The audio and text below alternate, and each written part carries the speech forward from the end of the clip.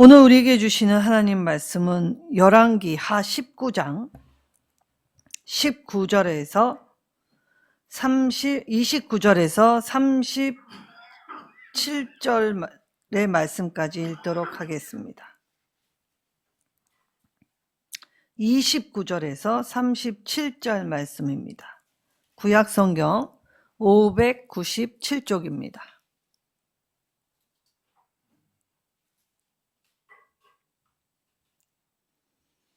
열왕기 하 19장 29절에서 37절 말씀 한 절씩 교독하도록 하겠습니다. 또 내게 보일 징조가 이러하니 너희가 금년에는 스스로 자라난 것을 먹고 내년에는 그것에서 난 것을 먹되 제3년에는 심고 거두며 포도원을 심고 그 열매를 먹으리라.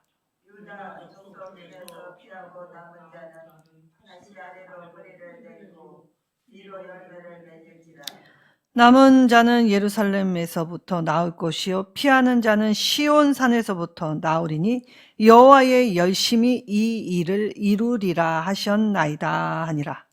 그러므로 여호와께서 아수르 왕을 가리켜 이르시되 그가 이 성에 이르지 못하며 이리로 화살을 쏘지 못하며 방패를 성을 향하여 세우지 못하며 시정도 도성을 쌓지도 못하고 오던 길로 돌아가고 이 성에 이르지 못하리라 하셨으니 이는 여호와의 말씀이시라. 내가 나와 나의 병사에서 위하여 이 성을 보하여 구원하리라 하셨나이다 하였더라. 이 밤에 여호와의 사자가 나와서 아수르 진영에서 군사 18만 5천 명을 친지라. 아침에 일찍이 일어나 보니 다 송장이 되었더라. 아수르 왕 사네립이 돌아가서 니네에 거주하더니 그가 그의 신 니스록의 신전에서 경배할 때에 아드람멜렉과 사레셀이 그를 칼로 쳐 죽이고 아라랏 땅으로 그들이 도망하매 그 아들 에살핫돈이 대신하여 왕이 되니라. 아멘. 큰 위험에서 보호받는 길. 자, 히스기야의 기도를 들으신 하나님께서 이제 하나님의 말씀으로 응답을 해 주십니다. 자, 한때 욜로라는 말이 유행을 했던 적이 있습니다.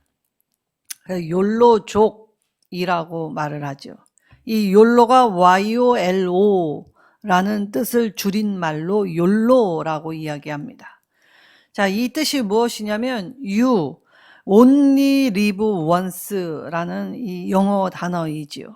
현재를 즐기라는 말입니다. 까르페 디엠. 자, 이 세상의 가치는 지금 현재를 즐기며 살아가라고 합니다. 왜냐? 한 번뿐인 인생이니까. 한 번뿐인 인생에서 이 즐기는 것 또한 이 인간이 누릴 수 있는 최고의 낙이다라고 생각하지요.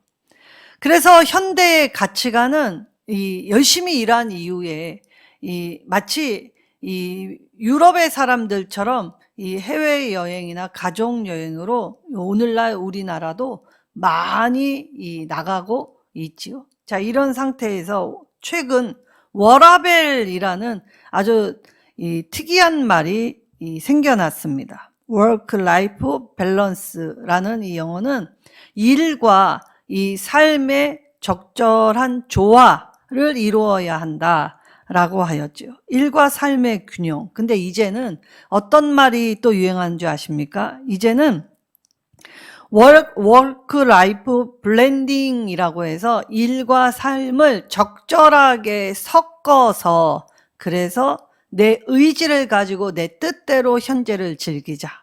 이것이 세상이 추구하는 가치관입니다. 자, 그러면 지금 욜로나 한때 유행했던 욜로나 또 워라벨이라는 뜻이나 또 최근 유행하는 이 말들의 중심 키워드가 뭔지 아십니까? 나를 위해서.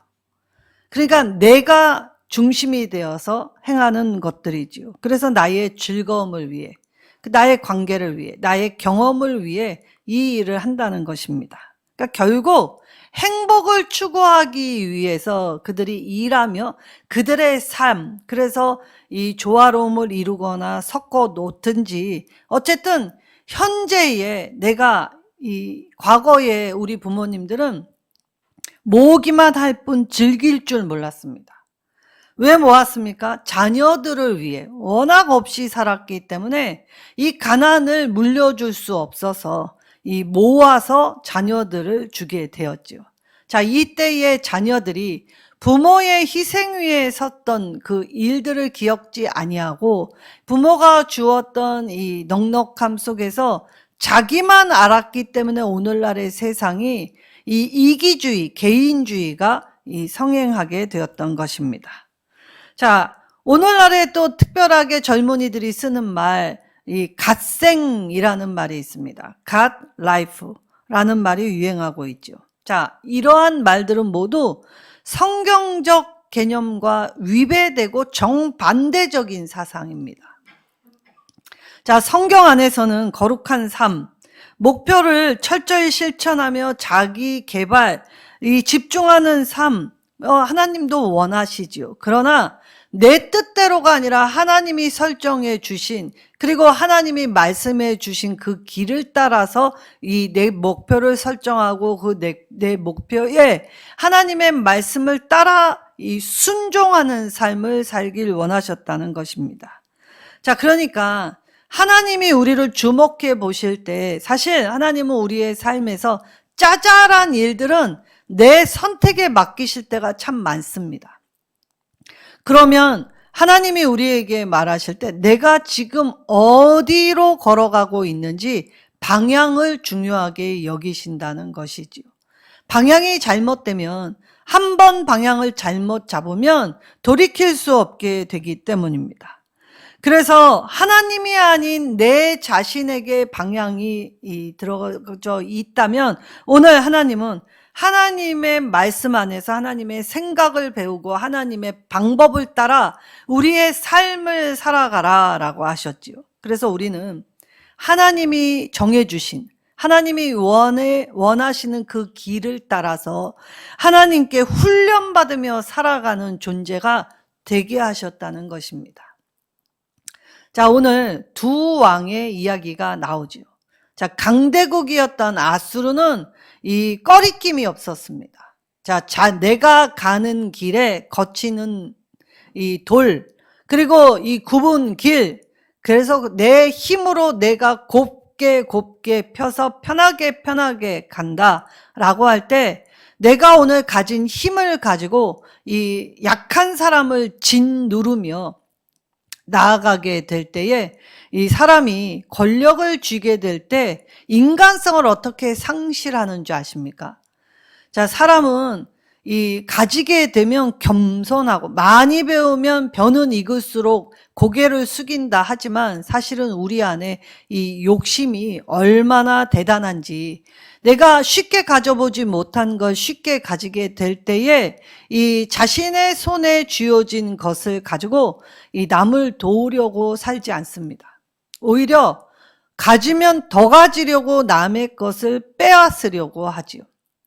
그래서 우리는 이 권력을 손에 쥐게 될 때 권력이 얼마나 무례할 수 있는지, 그리고 이 권력을 통해서 자신의 것을 갈취하고 억압하고 착취하는 현상들을 오늘날의 사회에서 많이 보게 됩니다. 그러니까 과거나 지금이나 똑같이 권력자들이 하는 모든 행태는 변하지 않았다는 사실이죠. 자, 이때 세상 가치로 살았던 아수르 왕 사네립은 하나님을 향해 모독하기 시작했습니다. 세상 무서울 것이 없었기 때문입니다. 자, 내가 치면 가질 수 있었다. 그러니까 내 힘으로 수고하고 애쓰면 얼마든지 가지고 그걸 누릴 수 있었다라고 착각할 때에 자, 하나님의 백성들이 그들이 잠시 누리는 세상의 영화를 보고 실족할 수 있게 되죠. 그리고 우리는 그들의 모습을 보면서 우리 안에 하나님이 과연이라는 의심이 싹트기 시작할 수도 있습니다. 근데 오늘 하나님이 말씀하십니다. 자, 히스기야가 할 수 있었던 유일한 일은 기도였지요. 병이 들 때도 기도하였고 2번의 아수르의 침입 앞에서도 히스기야가 할 수 있는 일은 기도였습니다. 자, 그런데 이 히스기야의 기도를 들으신 하나님이 선지자 이사야를 통해서 응답을 하여 주실 때 이미 내 기도를 하나님이 들으셨다라고 하시면서 하나님이 네 기도를 들어주시면서 하나님이 앞으로 하실 일이 어떠할 것인지를 오늘 말씀에서 알려주시죠. 이때 이 기도, 자, 병 들었으면 이 병에서 노임받는 것, 그것이 기도의 목적이 아니라는 것입니다. 단순히 내가 원하는 거를 이루는 것에서 끝나는 것, 그것이 하나님의 역사가 아닙니다. 하나님은 오늘 응답을 하실 때 물론 우리의 연약함을 아시고 우리의 필요를 돌보셔서 이 하나님이 채워주시지만 원하는 걸 이루면서 끝난 것이 아니라 바로 그것을 통해서 하나님과의 삐뚤어졌던 잘못되었던 관계를 다시 교정하시고 바르게 세워주시지요. 그래서 기도는 이 내가 필요로 하고 내가 원하고 바라는 걸 이루는 도구가 아니라 이 기도를 들어주시는 하나님과 나의 바른 관계를 위하여 하는 것이기 때문에 기도는 우리가 할 수 있는 매우 고매하고 고차원적인 일입니다. 왜냐하면 우리같이 낮고 천한 자의 기도를 하나님이 들으시기 때문이죠. 들으실 뿐만이 아니라 하나님은 응답해 주시는 분이십니다. 자, 이때 우리의 기도를 들으실 때 하나님의 영광이 되고 내 삶에 주님이 쓰심에 합당한 모습이 될 때 그 기도는 하나님 앞에서 상달되었을 뿐만이 아니라 이 하나님이 나와 함께 해주시는 사랑의 징표가 되지요. 자, 이때 하나님이 우리의 기도를 들어주신다라고 얘기하실 때 31절에 여호와의 열심히 이 일을 이루시리라 라는 표현을 하십니다. 자, 여호와의 열심이라는 이 히브리어는 이 질투하시는 하나님이시다라고 할 때 이 열심과 질투가 이 같은 단어입니다. 자, 그러면 질투, 자, 궁중에서 임금 한 사람, 남편 하나 두고 여러 아내들이 남편 사랑을 좀 받겠다고 이 여러 가지의 암투, 여러 가지의 괴계, 술수, 이런 부정적인 질투가 아닙니다. 이 히브리어의 질투는 악한 세력으로부터 자신이 사랑하는 대상을 지켜내기 위한, 막기 위한, 그래서 하나님은 자신의 온몸을 던지셔서 우리를 보호하십니다. 하나님의 열심은 이 일을 이루어 가고 계시는 중이시지요. 그래서 열심과 질투는 같은 하나의 단어입니다. 자, 그럴 때 하나님은 질투하신 하나님, 열심을 가지고 이 일을 이루신다는 건 하나님은 약속을 해주시는 분이시기 때문에 언약을 반드시 이루어 주시는 분이시다라는 걸 강조하는 것이죠. 선언하는 것입니다. 자, 이때 하나님의 열심, 이 질투가 무슨 일을 하느냐? 34절에 이 성을 보호하고 구원하리라 라고 말씀하시죠. 자, 이때 보호하고 구원한다라는 이 베간노티라는 히브리어의 뜻은 이 울타리를 치다, 방어하다, 보호하다.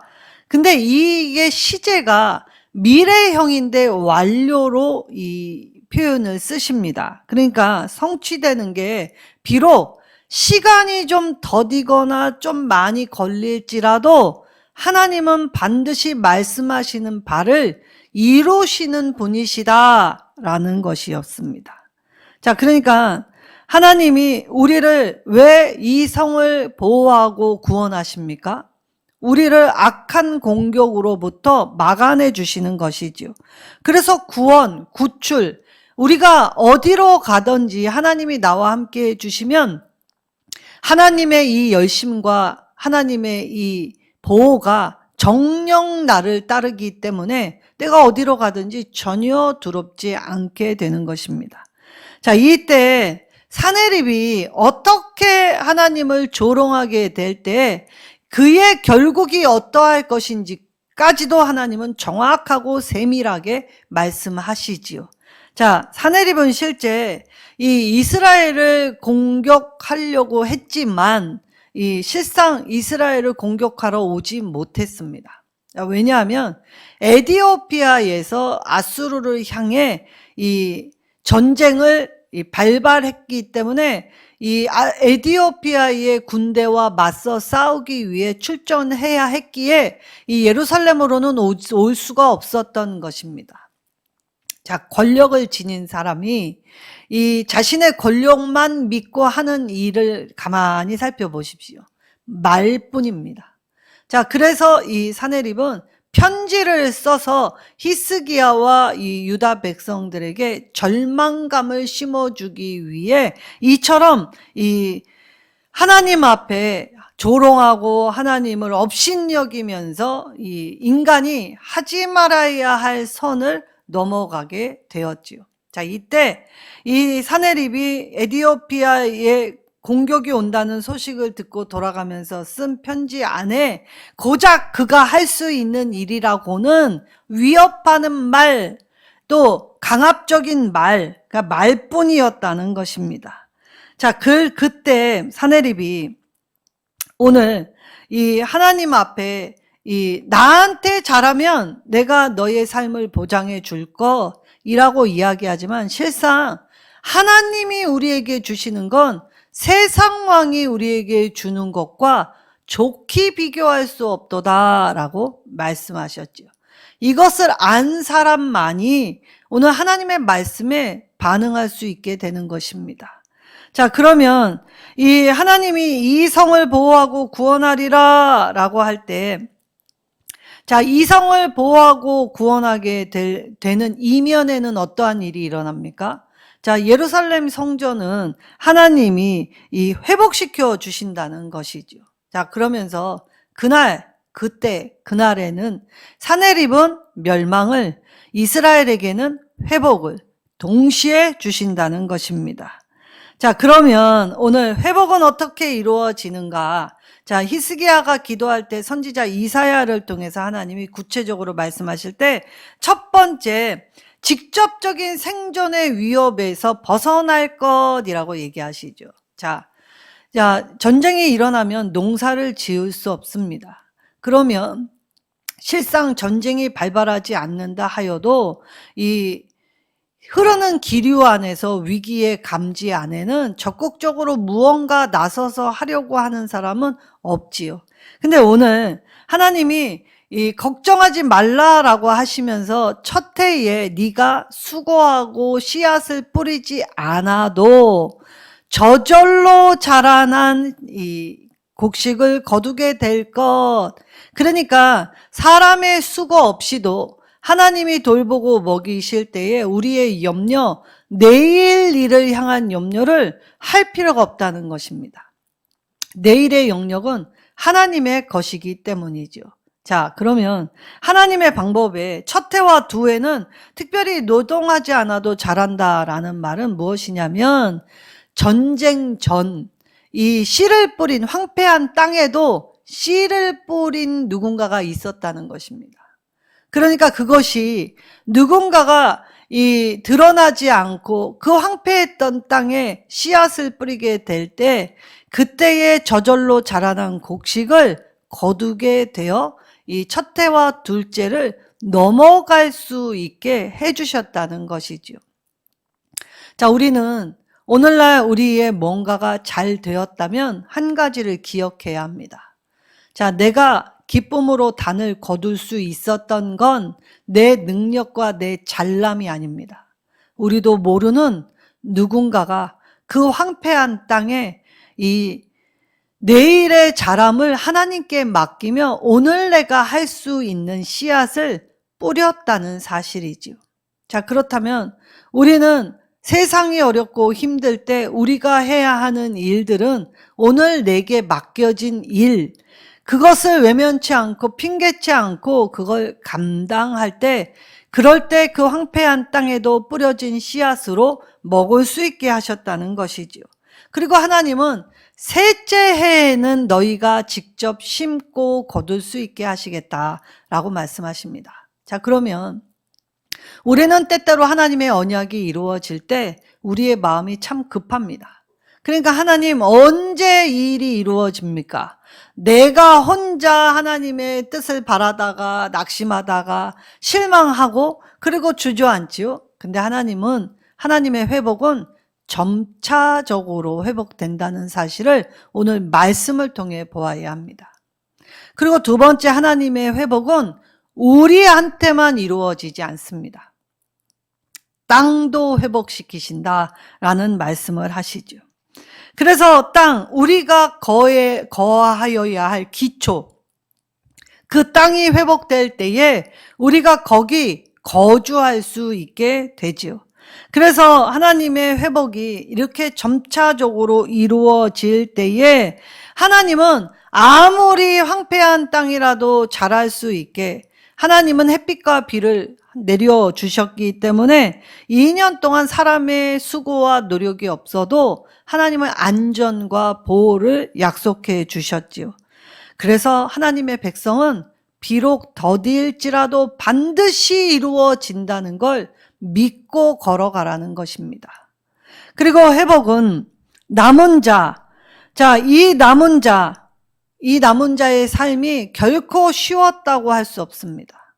자, 오늘 스가랴서 우리 새벽 설교의 말씀에 땅의 3분의 2는 멸망을 당하고 3분의 1만 남았다라고 할 때 약자 소수였지요. 그러나 그 약자 소수가 그 어려운 모든 환경을 이기고 생명을 나누고 지키고 헌신하게 될 때 그 남은 자를 통해서 하나님이 회복시킬 때 땅에 충만케, 땅에 번성케 되는 은혜를 내려주신다는 것이지요. 그리고 이 하나님이 해주시는 이 은혜 안에서 우리는 히스기야의 기도의 교훈을 우리가 받으라라고 하셨습니다. 어떤 교훈입니까? 아무리 암울하고 힘들어도 하나님께 소망을 두면 하나님이 내 삶을 결국 책임지신다라는 것이었지요. 반면 아수르의 사내립은 어떠하였습니까? 사실 예루살렘에 당도하지도 못했습니다. 화살도 쏘지 못했지요. 그리고 방패를 세우지도 못했고 토성을 쌓지도 못했습니다. 고작 할 수 있었던 건 거짓 선동, 말뿐. 그러니까 아수르 왕은 겉으로는 권력 있는 척, 힘 있는 척 했지만 실상은 무기력한 사람 그 자체, 아무 힘없고 능력 없는 사람 자체가 사내립이었다는 것이죠. 근데 사실 그 당시에 역사물을 살펴보면 아수르에 어떤 변수가 일어나서 이 예루살렘에 당도하지 못했다라는 기록이 남아 있습니다. 그러면 우리는 성경에서 어떤 일이 일어났는지는 기록해 놓지 아니하셨지요. 자, 이때 그날과 그 시에 한날에 아수르의 군사 18만 5천 대군이었습니다. 그 대군이 한날 한시에 소리 없이 흔적 없이 사라졌다는 것. 자, 이것이 가능합니까? 라고 얘기할 때 도대체 불가능한 일 아닐까라고 할 때 하나님의 전쟁 안에는 이러한 일들은 너무나 비일비재했기 때문에 오히려 믿기 힘든 이 큰 기적이 하나님 나라 안에서는 별것 아닌 일상의 일이 되었다는 사실에 주목해야 하지요.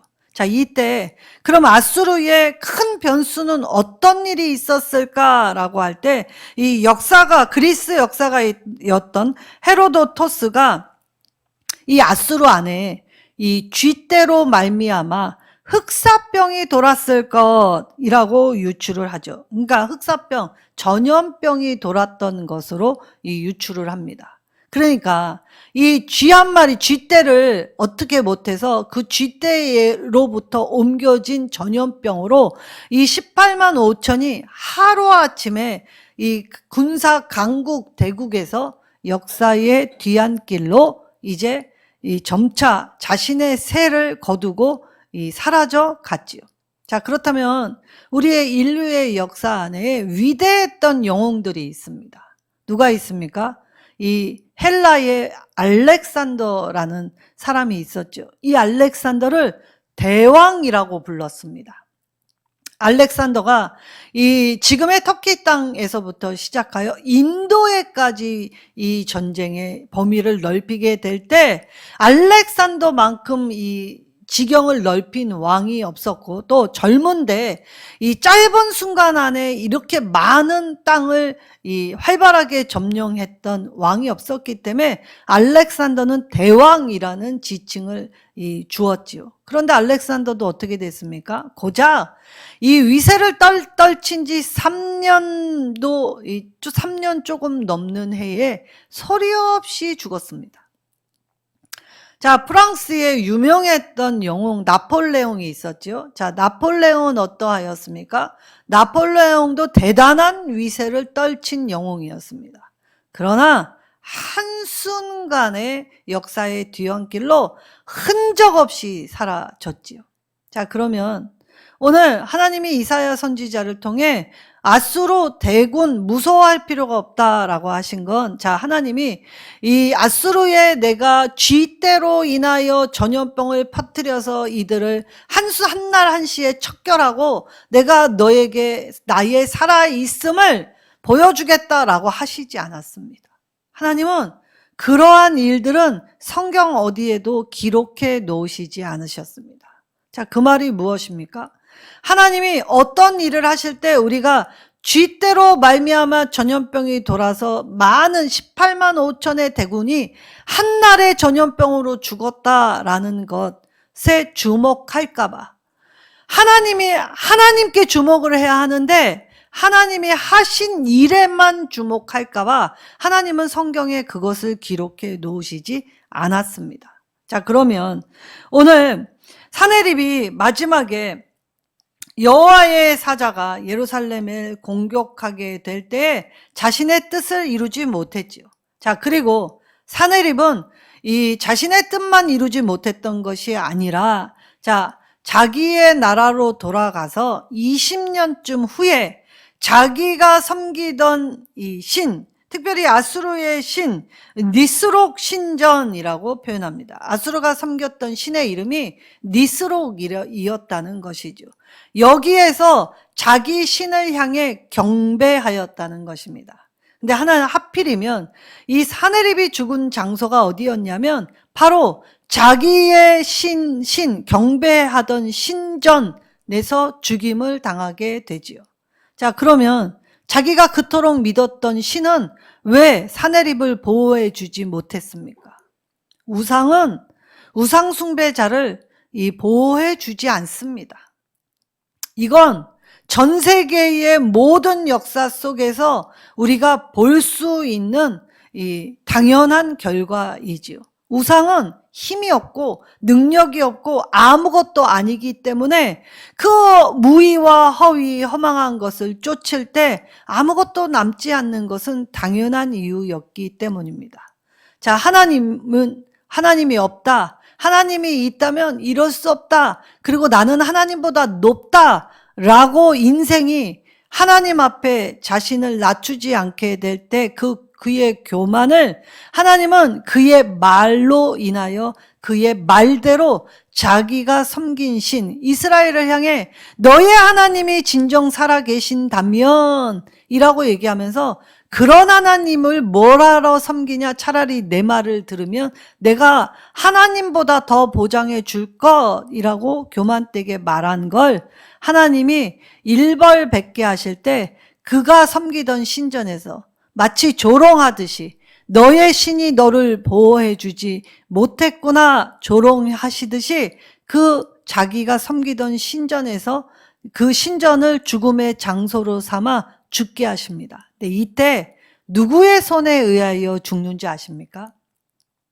자기가 낳은 친아들들의 손에 의하여 죽습니다. 자, 이때 그 아들들의 이름이 오늘 성경에 이 37절에 아드람멜렉과 사라셀이라고 기록해 놓았지요. 자, 이런 왕 되고 싶으십니까?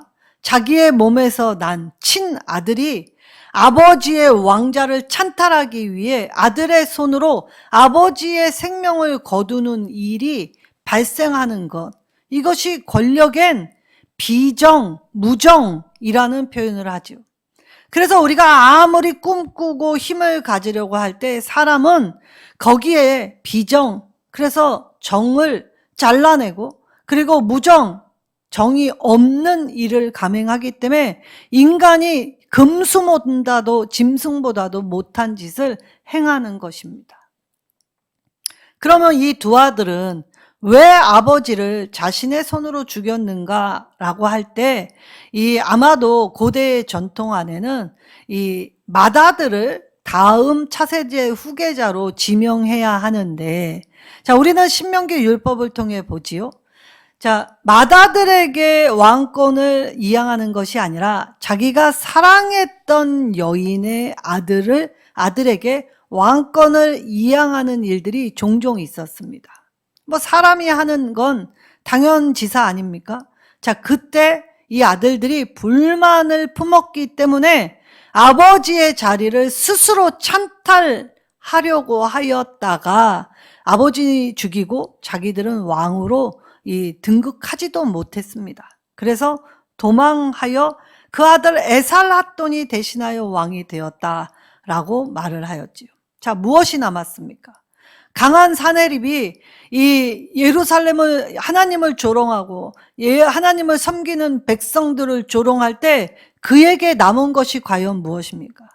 잠시의 영화, 그러나 그 영화가 끝을 보장해 주지 못했습니다. 그러나 하나님 앞에 훈련받고 징계받은 유다 백성에게는 하나님이 오히려 이 기도할 때의 응답하심을 통해서 너희의 대적에게는 멸망을, 너희에게는 내가 나의 보호와 구원을 줄 것이라는 약속의 말씀. 근데 그 말씀이 비록 내 눈으로 볼 때, 내 판단으로 볼 때 더딜지라도 하나님은 한 번 약속하신 건 변개하시지 않는다. 왜냐? 하나님의 열심히 이 일을 이루고 계시기 때문이다 라고 말씀하셨기 때문이죠. 하나님은 오늘 이스라엘의 그 어떤 이 공적, 공로, 그리고 그들의 정성을 보시고 이 일을 하신 것이 아닙니다. 자, 하나님이 이 악인을 처단하실 때, 이 악한 나라 강대국을 처단하실 때에는 하나님 자신의 명성 때문에 이 백성이 하나님을 경외하려고 나왔다 망하였다 하면 하나님의 이름 명성에 누가 될까? 그래서 기도자는 하나님의 명성, 그것 때문에 우리를 구원하시고 불쌍히 여겨달라고 기도하였지요. 그리고 하나님이 앞으로 이루실 계획, 그 일에 의하여 이 일을 이루어 달라고 기도하였습니다. 그리고 이 하나님은 오늘 철저히 계획하시고 면밀히 살펴보신 다음에 주도적으로 이 일을 감행하고 계신다. 그래서 하나님은 구원은 온전히 하나님께로부터 오고 하나님에 의하여 완전히 이루어진다라는 것을 깨닫게 될 때 오늘 우리는 이 말씀을 보고 하나님의 하실 일을 기대하고 하나님을 바라보고 그리고 하나님을 향한 기대로 우리를 이끄신다는 것을 신뢰할 때, 자, 역사는 주님의 것이었지요. 그리고 우리도 주님의 것이 되었다는 사실을 잊지 말아야 합니다. 자, 그러면 오늘 하나님 없이 살았던 워라벨, 그리고 이 갓생, 그래서 그것들을 외치는 현재를 즐기자, 이 한 번뿐인 인생에 라고 외쳤던 강함, 능함, 그리고 부지런함, 자기의 똑똑함, 자기의 능력 자랑하였던 것 다 무가치한 것임을 깨닫게 하여 주시지요. 그래서 이 하나님 없이 산 삶의 비참한 최후를 사내립을 통해서 보여주셨던 것입니다. 자, 우리는 좁디 좁은 시야로 하나님의 참된 통치를 의심해서는 안 됩니다. 하나님의 뜻을 이루어 가심에는 시간이 걸릴 수 있다는 말이죠. 이때 하나님은 나 자신뿐만이 아니라 나와 관계된 그리고 더 넓은 세계를 고치고 함께하기 위해 하나님은 이 하나님의 통치 원리를 따라 하나님을 알지 못하는 이방 족속에게까지도 하나님의 주권을 미치신다는 것입니다. 자, 그러면 우리는 하나님의 말씀을 따라 영생을 꿈꾸게 하여 주셨지요. 이 땅의 삶이 쉽지 않기에 우리에게 영생을 꿈꾸게 하셨던 것입니다. 자, 꿈꾸면 나에겐 꿈이 있습니다. 자, 어떤 꿈입니까? 하나님이 나에게 주시는 꿈. 요한복음 16장 33절에 이 세상에서 환난을 당하여도 담대하라 라고 하셨지요. 예수님이 세상을 이기셨다라고 선언하셨기 때문입니다. 그래서 우리는 하나님의 말씀을 따라 어떤 위기 앞에서도 힘듦 앞에서도 고통 중에라도 하나님을 향하여 이 하나님 앞에 순종하면 아무리 큰 위기 속에서도 하나님은 늘 우리를 건져 구원하여 주시고 그리고 언제나 하나님 편에 서게 될 때에 하나님도 나의 편이 되어 주시기 때문에 우리가 꿈꾸는 그 날은 비록 더딜지라도 단 한순간에 속절없이 허무하게 무너져 내리고 망하는 걸 볼 수 있게 된다는 것입니다. 자, 그러면 우리가 하나님을 위해 살아가는 존재가 되겠다고 결단할 때 하나님 안에서 우리를 살게 하여 주시죠. 그래서 우리가 하나님을 부르고 하나님을 믿고 하나님을 향해 돌아설 때 하나님의 이 놀라운 구원, 우리를 보호하시고 인도하시고 책임지는 삶, 그래서 놀라운 이 삶으로 우리가 기도할 때 우리의 기도를 들어주시는 그 크신 능력을 우리의 삶 가운데 경험할 수 있게 하신다는 것입니다. 우리 안에 하나님이 이처럼 역사하십니다. 하나님의 열심으로 우리의 처음과 나중을 끝까지 책임지시며 이끄시고 보호해 주신다고 말씀하여 주셨지요. 그렇다면 오늘 하나님 앞에 순종하는 저와 여러분이 되셔서 이 보호하시고 치료하시는 하나님의 은혜를 더하여 받는 자들이 되시기를 예수님의 이름으로 축원합니다.